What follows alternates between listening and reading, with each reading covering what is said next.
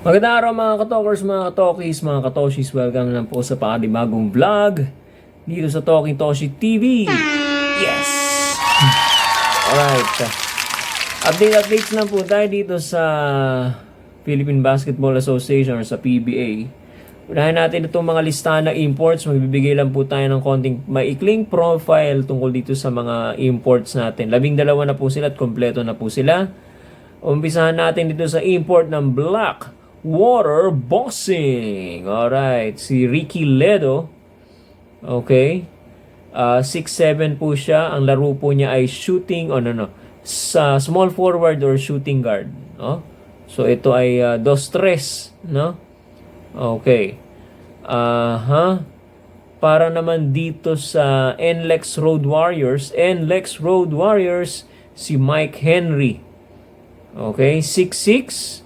Shooting guard small forward din po siya. Okay? At sumunod naman dito ay ang import ng Terra Firma Jeep, si Brandon Edwards. Alright, 6'6 po siya. Ito medyo iba ang laro nito, pero 6'6 din po siya, no? Pero medyo iba ang laro niya.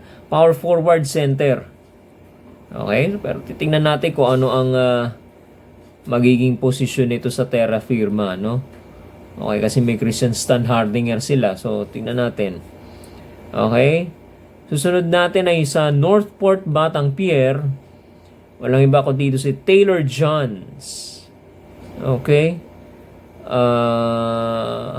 Nakalimutan ko i-convert ito. 2 meters. Pero, ang kanyang laro ay small forward, power forward. Alright? Northport po yan. Now, sa San Miguel Beermen, ito lang ang naiba, no? Mga Black Americans yung mga karamihan. Ito lang ang naiba. European. Taga Lithuania. Lithuanian import ng San Miguel Beermen, si Tauras Hogela o Jugela. Okay? Yan, 6'8". 6'8". Medyo malaki-laki to, no? Power forward, small forward. Okay? So, baka compliment na naman ni Junmar ito, no? Tingnan natin kung paano ang timpla nila dito. Sa Converge, bakit nandito si... Akala ko ba sa Hinebra to? Kasi yung pangalan, tingnan nyo, ha? Scotty Hobson. Hindi... Thompson pala. Scotty Hobson. Alright. Scotty Hobson. 6'7". Sorry mga kababayan. 6'7". Shooting guard, small forward. Okay. Para naman sa TNT, dahil hindi available si RHJ, si Rondae Hollis Jefferson, sana ang kanilang magiging import, kinuha nila ito si Darius Days. Okay, 6'7", shooting forward, small forward, power forward. Okay? Tapos si Javius McInnes para dito naman sa Phoenix Fuel Masters, 6'7" din po. 2-3 din ang laro, no? 3-4. Small forward, power forward, no? Okay. Si Aaron Fuller nagbabalik. Okay? Dahil siya po ay dating naging NLEX TNT import. Siya naman po ay magiging import naman ng Rain or Shine Elasto Painters. Standing at 6'6", small forward, power forward ang kanyang laro. At last but not the least, si Glenn Robinson III. Okay. Siya po ay... naging NBA player, legit NBA player, at naging slam dunk competition champion sa All-Star, NBA All-Star Games 2017 para sa Magnolia Hot Shots Magnolia Templados Hot Shots. Okay? Shooting guard, small forward at 6'6". Okay? Ayan ang listahan ng ating mga imports. Ngayon, punta naman tayo dito kasi iba na format po nitong Governor's Cup natin, Okay. So, sa Governor's Cup, may Pool A, may Pool B or Group A, Group B. Yung 12 teams mahati sa dalawang grupo, no? So sa Group A, Meralco Bolts, TNT Tropang Giga, Magnolia Hotshots, Converge Fiber Xers, Terra Firma Jeep at Northport Batang Pier. Sa Group B naman, San Miguel Beermen, Barangay Nebra, Rain or Shine Elasto Painters, Phoenix Fuel Masters, NLEX Road Warriors at Blackwater Bossing. Okay, sa Group B, nako medyo mabigat ito, no? Mabigat pa rin, ano? Kung tutuusin mo, medyo mabigat to kasi nandyan yung dalawang SMC flagship teams, ano? San Miguel Beermen at saka Barangay Nebra. Okay? So this will be a very big challenge for the 4 other teams, Rain or Shine, Phoenix, NLEX at Blackwater Bossing. Okay? So titingnan natin kung malulusutan nila itong dalawang higanting ito. Still considered to be giants, not giant teams in the PBA, ano? Samantalang yung Group A, ito medyo nakakaangat ng konti ang Meralco dahil meron na silang bragging rights dahil nag-champion sila sa sa Philippine Cup, ano? So medyo lamang dito ang Meralco. Okay? Ang Converge tingnan natin dahil nag-beef up sila ng kanilang front line, ano? Ang lalaki ng Converge, no? Alright?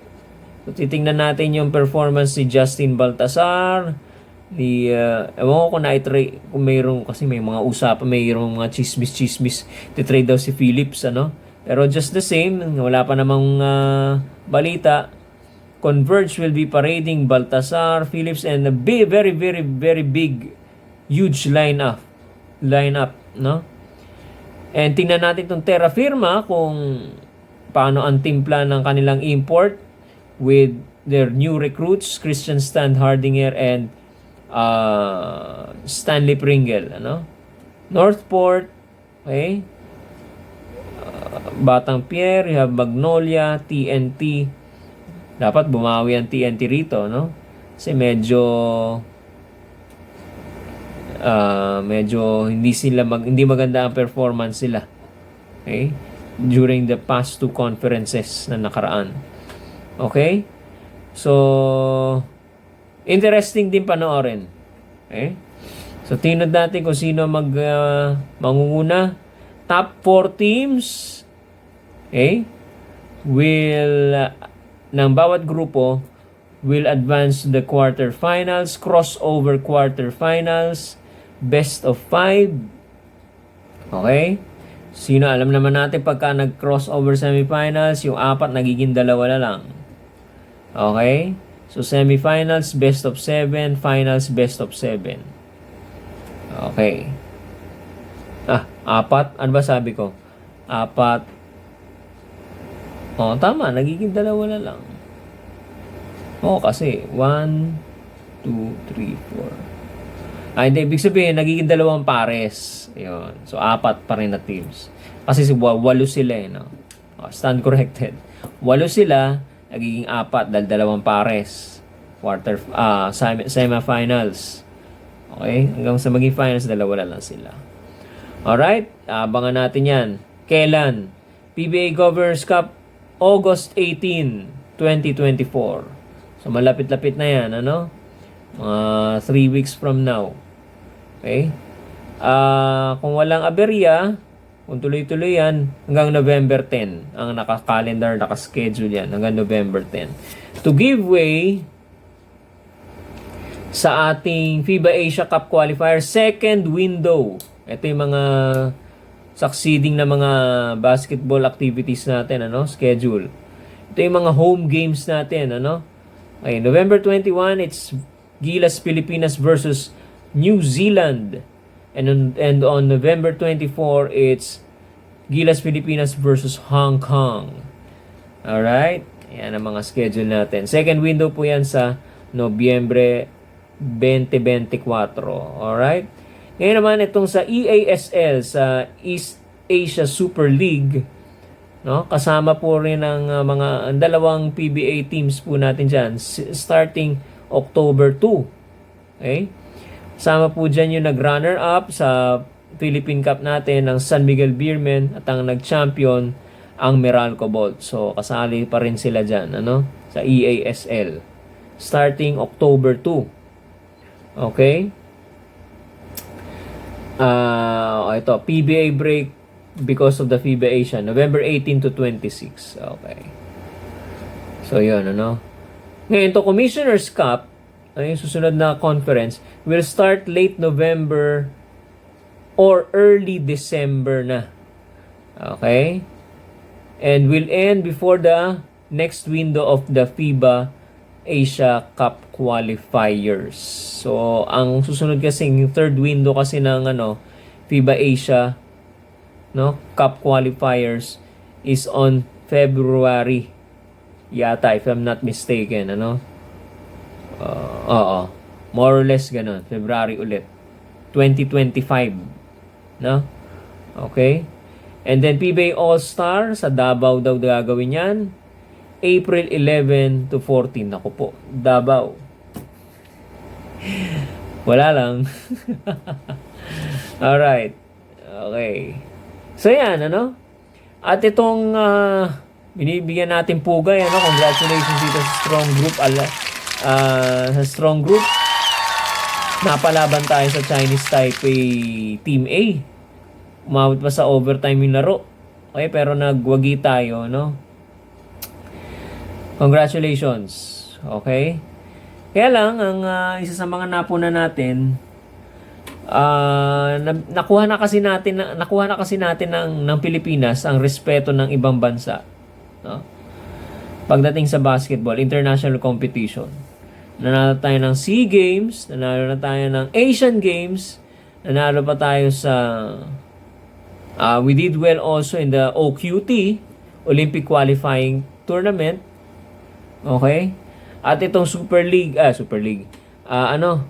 Jones Cup, yun, William Jones Cup. Nag-champion tayo. Okay? Kaya lang ang masakit dito sa William Jones Cup, okay?